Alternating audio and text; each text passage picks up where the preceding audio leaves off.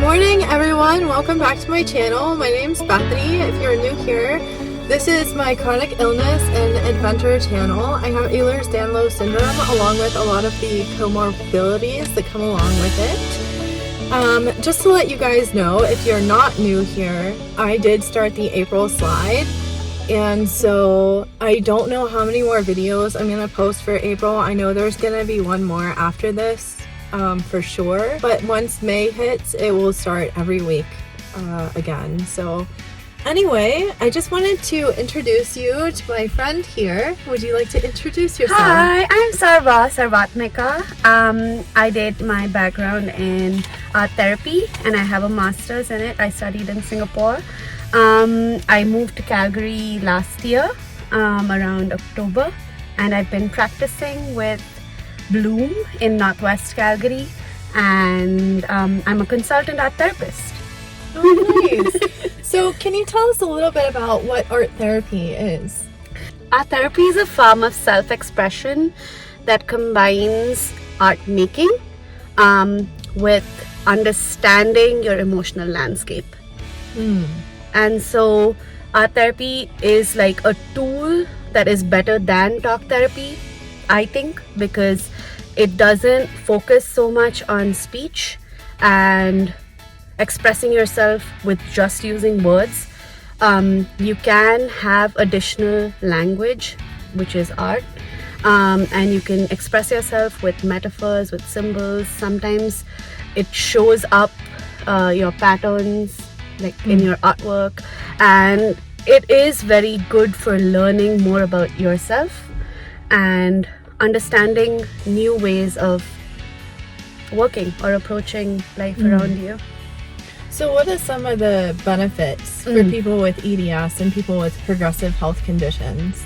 So for someone with EDS or with progressive health conditions, art therapy is awesome because you don't have to talk about what you're experiencing. You can come in and have a lot of autonomy of choice in terms of what you get to work with. There's a lot of emotional sharing and processing that doesn't involve speech, because in the process of creating by itself, there's a lot of emotional expression that happens, and it doesn't depend on verbal sharing at all. And it brings you back to the present. So there is a lot of mindfulness. There's bringing you to the here and now. There's a lot of grounding that happens in every session. And there's very rarely something that happens that makes you uncomfortable, because I like to say it goes at the pace that you're comfortable at. So it's not something that I'm here to push you to express yourself. I'm not here to get to it. I'm not here for you to like talk about it. It's okay for you to just show up for yourself, and that's enough. Oh, nice. Perfect. So there's no pressure into talking or anything like that. If you don't want to talk, you don't have to. Yeah. Why did you choose art therapy over other methods? So I like the fact that art therapy does not focus on speech. It does not force you to share what you're going through, because I think that talking does have the potential for traumatizing you or re-traumatizing you, because you're living through the events all over again. Versus if you just express it in an artwork, or you choose to express what you're comfortable with in an artwork, we can go into that and we can look into it and we can talk about it if you're comfortable with it. If you're not, that's still okay. And there is a lot of benefit that you can gain from co-regulating with another person when you're just creating with them. Nice. So how would you discuss grief with your patients? Grief is a very important topic, especially because very often it doesn't go unaccompanied with other emotions. And so especially with grief work, what's most important is to acknowledge and understand what they've been through, to understand their emotional landscape, what they're going through, to use the right language and to not make the person feel lesser or feel in any way incapable of doing anything, because I want to provide you with resources that you can work with. I want to give you tools that you can work with. So that means that even if you do have physical disabilities or you do have other challenges, I will find a way for you to make art and express yourself and not just bottle it up. And in terms of grief, one more thing I wanted to add really quickly.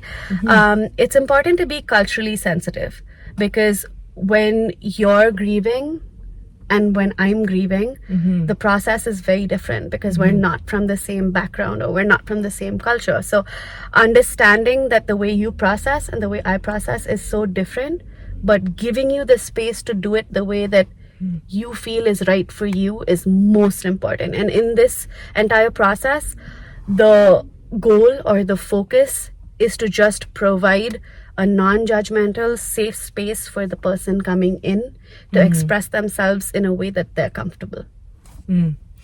Yeah, that's super, super important. So getting into further detail with that, how would you customize sessions for someone who has EDS? So like the pencil grips and stuff like that. Let's say I have someone with EDS coming in. I would like to know where they're at first. I'd want to understand what their experience is. I'd want to know what they've been living with so far. It's also very important to understand that when you're working with someone who has a diagnosis, you're not the sole person working with them.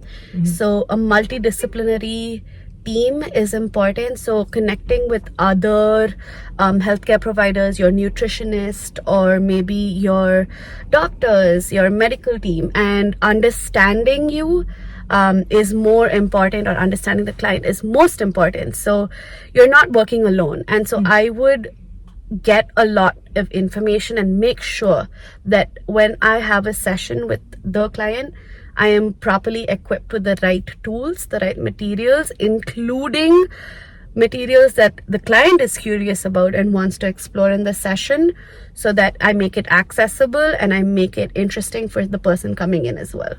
Oh, that's perfect. And do you offer solo or joint counseling? Is it one-on-one? So I can do both. Okay. I offer both one-on-one counseling for people who need additional support or aren't comfortable with working in a large group. But there are group sessions available for those who seek social support and want, because it can be alienating having a diagnosis and living alone, working alone, and feeling like you're struggling alone. And having a group to connect with, to understand that you're not going through it alone, is also important in this process. So both options are available for those who want to consider either. Nice. So how do people contact you if they want to get in touch with you? My contact details are my email ID, which is sarvatmika.arttherapy@gmail.com. I'm sure you can, Bethany will put it down for I'll you. put it in the description box below. And as well. My social media, Instagram is Untangle with Art. If you want to book a session right now, you'd probably have to go through the Bloom website.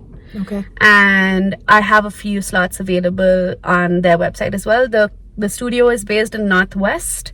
So in terms of accessibility, if that's something that's close to you, then it's worth considering. Perfect.